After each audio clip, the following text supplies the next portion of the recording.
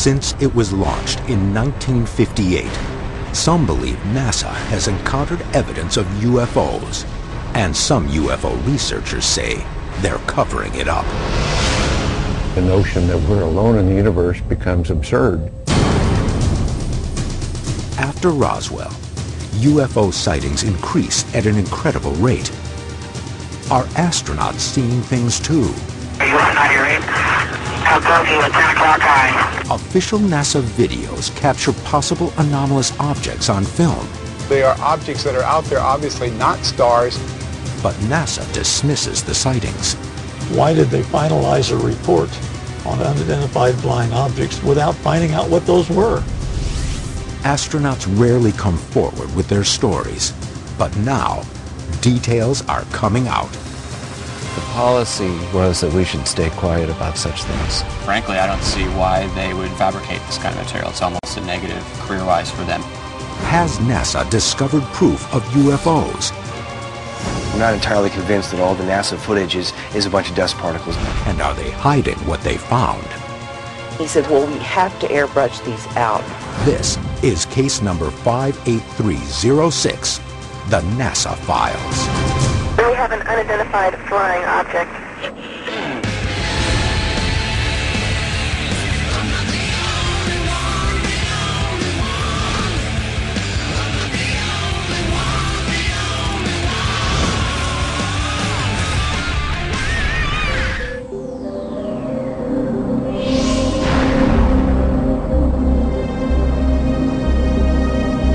Since the beginning of the manned space programs in the early 1960s, UFO researchers have claimed that NASA missions are seeing UFOs in space.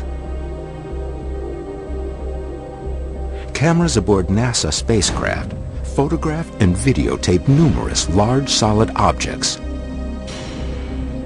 According to some experts, these objects appear to accelerate, change direction, and even evade danger. NASA's explanations say that these are images of ice crystals or other normal space debris.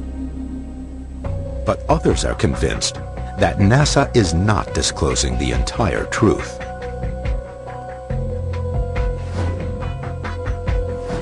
Don't you guys find it strange that NASA is not interested in UFOs at all? NASA has a limited budget, and UFOs is just considered to be so unlikely that NASA put their resources towards other areas they feel are more likely to yield fruit.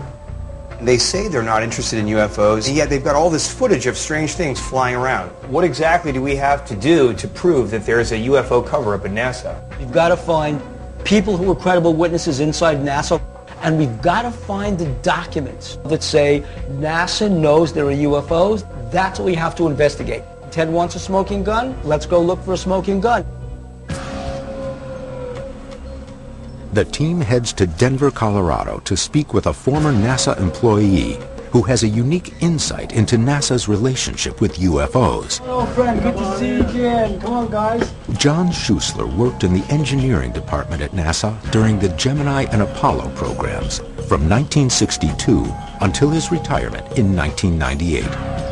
He was awarded the NASA Public Service Medal in 1997. If anybody knows about a NASA cover-up from the inside, it's John Schuessler. Were you inside the NASA machine? I did have a top secret clearance. I'm interested in solving this mystery. I'm trying to find out why somebody that's really responsible for our space program wouldn't be interested in something else up there. And all I got was stonewalled. What's the NASA policy on UFOs? I never saw a written policy. But the unwritten policy was, don't go there. Now that's a policy. It's non-subject is a policy, whether you want to say it or not. I found that NASA had a list of organizations outside of NASA. Those organizations were supposed to be able to give me the NASA policy. That's pretty strange. NASA should be speaking for themselves. While NASA has no official policy on UFOs, other government and military agencies found the perfect way to dismiss any talk about the subject: the Condon Report. The report, commissioned by the Air Force in 1966, was led by physicist Edward Condon. After 2 years of studying UFO information gathered by both government and civilian groups, the report determined that all cases had rational explanations and that no further study of such phenomena was necessary. Quote, "The subject of UFOs has been widely misrepresented to the public by a small number of individuals. If we came across any evidence whatever that seemed to us to indicate a defense hazard, we would call it to the attention of the Air Force at once. We did not find any such evidence. We do not think at this time the federal government ought to set up a major new agency, as some have suggested, for the scientific study of UFOs."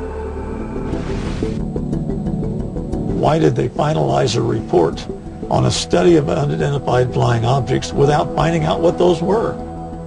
His executive summary said, forget it all, there's nothing to it. So you're saying the Condon report was far from objective. There was Air Force influence on the report to make sure that it came up negative. And the Air Force used that statement by Condon to shut down Project Blue Book and say for the next 40 years UFOs didn't exist.